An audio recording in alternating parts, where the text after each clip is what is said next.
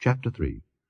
Then Solomon began to build the house of the Lord at Jerusalem in Mount Moriah, where the Lord appeared unto David his father, in the place that David had prepared in the threshing floor of Ornan the Jebusite. And he began to build in the 2nd day of the 2nd month, in the 4th year of his reign. Now these are the things wherein Solomon was instructed for the building of the house of God.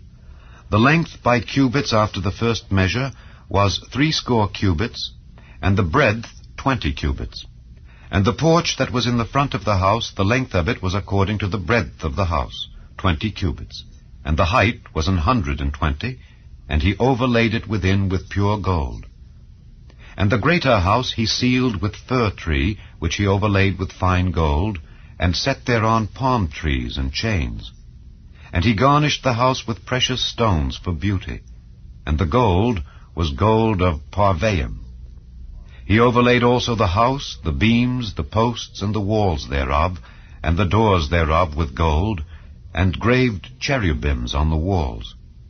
And he made the most holy house, the length whereof was according to the breadth of the house 20 cubits, and the breadth thereof 20 cubits. And he overlaid it with fine gold amounting to 600 talents. And the weight of the nails was 50 shekels of gold. And he overlaid the upper chambers with gold.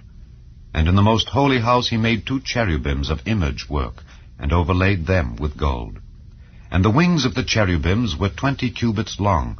One wing of the one cherub was 5 cubits, reaching to the wall of the house, and the other wing was likewise 5 cubits, reaching to the wing of the other cherub.